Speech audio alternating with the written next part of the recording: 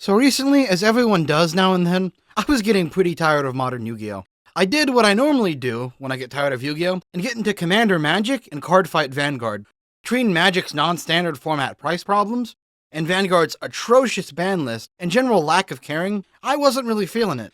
That's when someone suggested I try an older format of Yu-Gi-Oh! And pointed me in the direction of a Discord group entirely dedicated to playing the 2014 Yu-Gi-Oh! H.A.T format, famously named after the deck Hand Artifacts Trap Trick. I thought it looked fun, so I decided to jump into a tournament without ever playing in that format before. I started playing Yu-Gi-Oh! Competitively in the few sets leading up to Necros format and the Secret Forces. My first real competitive deck was Ritual Beast, so I missed out on H.A.T format, which by all accounts was very much loved. Being new to the format, I had to find a deck to play. Looking at tournament results, it seems like I had a lot of options to play. Here's a tier list for the format as a whole. I want to get y'all up to speed with what's going on in the format. Let's start by explaining some of the basics. There are a lot of valid decks this format: H.A.T, its variants, Geargia, Mermail, and Infernity, just to name a few. The format is known for having a crazy amount of viable decks at the time. The format is also known for being extremely trap-heavy and having extra decks based around being toolbox. It's the type of format where OTKs are difficult and unlikely. Not impossible, though. So, taking all of this into account, I was torn between my favorite janky Sylvans, Noble Knights, and classic H.A.T. Then I remembered my mantra when jumping in the new games: when in doubt, meta it out. So I decided to play H.A.T. Specifically, I used the list from Corey McDuffel, the first place 2014 NAWCQ topping deck. So then, I jumped in immediately into my first game. As you can see, I forgot to draw turn 1, because that was a thing you did, because H.A.T format is still in Mastery Rule 2.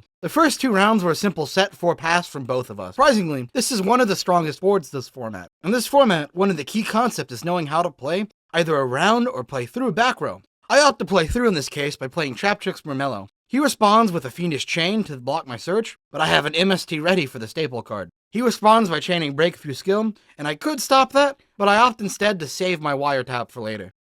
Then, we move to attack phase, attack, and then immediately move to pass turn. Then, on his turn, I interrupt his plays with a Maxi in my hand. My opponent then decides to show us Karikuri combos by taking the Maxi challenge, which, regardless of the format, it's still a bad idea. Luckily, I had the follow-up play thanks to Maxi, and I have the wiretap I saved to ensure it goes through. Now I get to make Silent 101 Auto-Arc to eat his monster. Now after that really good play, watch me forget how Black Horn of Heaven works. This is embarrassing, and my opponent was really cool about the whole situation. To cover up my misplay, I preempt the Synchro Summon with the Sanctum. My opponent is then gonna let me hoard him. I might need to rephrase that one. No. Then I swarm the field and make Giant Hand to close out the game. Ignore that I accidentally missed game there with a re-attack trigger. Games 2 and 3 went very quickly. I got lucky round 2 and saw one of Black Hole, but burned out of resources and whiffed with an Ice Hand. Game 3 he bricked, as combo decks are known to do, and I just got the trap tricks running right off the start. After winning round 1, I was feeling good about myself in the H.A.T format, despite the fact that I'm actually not good at H.A.T format. Luckily for myself, I didn't realize that yet. But I did realize something else going into my second match. My opponent made a full board of strong monsters and set 3 cards. In today's Yu-Gi-Oh!, that's a death sentence. But in 2014, that's not even close to over. I was able to out it by setting 4 cards myself and maneuvering monsters around it. I start by using Pot of Duality to dig for an MST to start eating out his back row. Unfortunately, I'm going to hit an Artifact Ignition, which he's going to use to pop his own Beagle tech and set up 2 artifacts for an XYZ play out his turn. Luckily, I've still got some more to do. So I start out by setting and bait out the first detach by setting a hand. He MSTs early, which is a risk against H.A.T, so I respond by using Sanctum to pop his Pleiades. He bounces my Moralo to hand. He then tries to go into Tiras, but I have a Black Horn ready, and boom, we've just outed the board. Unfortunately, he does have a follow-up from this, but it goes to show the level of counterplay in the format. I do lose this game due to the Firefist engine, which searches out Constellars, as well as a misuse of artifacts on my part. Luckily, in Game 2, I get to win thanks to a bunch of hands and Broken Trap, and in Game 3, I get to tear out wins thanks to Soul Charge, which for some reason is legal in this format, but I think Monster Reborn is at 1 or banned. In Match 3, I got swept by Battln Boxer. This is where game knowledge comes into play, or should I say, my lack of game knowledge. Despite having covered modern variants of Battln Boxers, I had a lacking of understanding about the H.A.T format deck. I did not fully understand how powerful the card Battling Boxer Lead Yoke was in this format. All it does is negate effects that would destroy it up to twice. Unfortunately, because 90% of the cards in my deck destroy outside of a few single cards, I was out of luck once this card hit the field. It became a game of whether me seeing effect negates in the side deck, or being able to preempt Yugioh summon by hitting the materials. Silent Honor Arc 101 is only going to work once. One of the weirdest things I had to get used to in H.A.T format was the idea that most decks shouldn't be hit at a choke point, and instead should be hit preemptively at the summons. That being said, I'm never sad about losing the Battling Boxer. And I believe the Boxer player Graph go on to make top 8 in the event. By the way, his list will be on my website as the defining Battling Boxer list. It's really good. In my next game, something similar happened. Evilswarms get to shut down a lot of decks once Ophion hits the field, and Ophion can pull out solid value from the deck.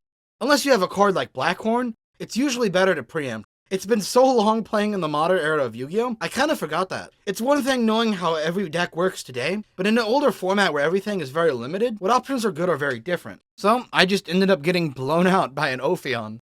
Hands have stupid rulings. That's what I learned from the toxic mess that was Game 5. So basically, hands can only trigger when they're destroyed if they're the first thing that's able to respond. Also, if they can't destroy the target, they don't get a summon. This means hands are super easy to play around, or if two hands attack into each other and crash, only the turn player gets to trigger their hand's effect. So a hand can out a hand. My opponent this round was playing just anti-meta in hands. And after I out Orion and Vanisher, he demonstrates the hand ruling to me and gets to sweep my board. It was well done on his part, and I lose game 1. Game 2, I win because the H.A.T engine is very strong, and going first, it can just make too much disruptions for some decks. Game 3 is where it got scuffed. He opens up with set 3 normal summon Ryo. I opt to use hands to try and clear his board. I was doing fine until he breakthrough skilled my Trap Tricks Mermello, and then after I attacked, he flipped up Vanity's Emptiness before I could XYZ or do anything. It's not a super hard out for me, but it did end my turn, and he got to hand clear me back. I try to force him into a scuffed spot with Sanctum. At this point, I didn't quite understand the hand ruling. So I get into a very heated chat about crashing and timing because I mistakenly thought a similar interaction had happened earlier. Long story short, after talking to the experts, his hand does resolve, letting him clear my board. But I just get the Soul Charge and come back and win the match. I'm not sure what's worse, Toxic Stun or me Soul Charging to win the game. In any case, I will remind everyone that Toxic Stun decks put every player in a good mood. Toxic Stun decks put everyone in a good mood. Game 6 was versus Lightsworn, and it was not super fun because compared to my other games, this player played extremely slow, being an hour-long match. Of course, this is when I had something to do later. He went comboing out a Stardust Spark Dragon and would eventually grind me out with powerful synchros. I believe this was the game where I asked my opponent how many copies of each of the Wyvern Busters will eagle this format. Game 2, I went first, trapped in the death. Game 3 was where I had a bit of a problem with the game. He goes first, sets a Royal Decree, and makes 2 Stardust Dragon synchros to protect it. As a trap deck, I don't get to play a single card in my hand. You could see I said in chat that this game was somehow worse than the toxic ruling game. But yeah, I was pretty mad at this. I kind of felt like the rest of my games have been super fun and really back and forth, just to get comboed out and floodgated at the end. It's something that I kind of hate about modern Yu-Gi-Oh! This salty interaction kind of made me reconsider making this video, because it's just an awful way to end showing off H.A.T format. But I really do like H.A.T format, so I'm going to show you these experiences as an honest and accurate showing of the format. I might not be the best player for H.A.T, but I do really hope you guys consider giving this format a try. There are decks in this format that have not seen the light of day in probably 8 years. Yeah, it's been that long since H.A.T format. If you think this sounds fun, join the H.A.T Discord and consider joining in one of their 2 monthly tournaments. They're getting a pretty good turnout recently, and we can make that even better. I'll probably be playing in the next Morale Attack monthly, so I'll see you guys then. Oh, but here's the really big news. I made a full guide to the H.A.T format on my website. Of course, it's got a tier list, but more importantly, it's got a written guide to most decks in the format. And that brings me to my next big project for Yu-Gi-Oh! On this channel. I'm gonna be building guides to every major alternative format in Yu-Gi-Oh! I'd like to have your guys' help with this. I'm not only looking to build a database of deck lists for the format, but also guides to each deck. I can't do this on my own, as much as I might try. I spent most of my sanity on the big tier list, and no, oh god, never again, no. Well, at least until I need views, and then yes, very much again. But I'm asking y'all who are experienced with these alternate formats to submit to me deck lists for major decks, and give a little write-up as to how the deck works in that format, and maybe an explanation of some ratios and text in a specific list. The 3 formats I'm starting out with are H.A.T format, Edison, and of course, GOAT format. If you want to help, please drop by my Discord and lend a hand. I'd really appreciate it. We will be making video guides for these formats at some point in future, but don't expect them all right away, as it takes a lot of work to do. Thank you all for watching, and I'll see you next time.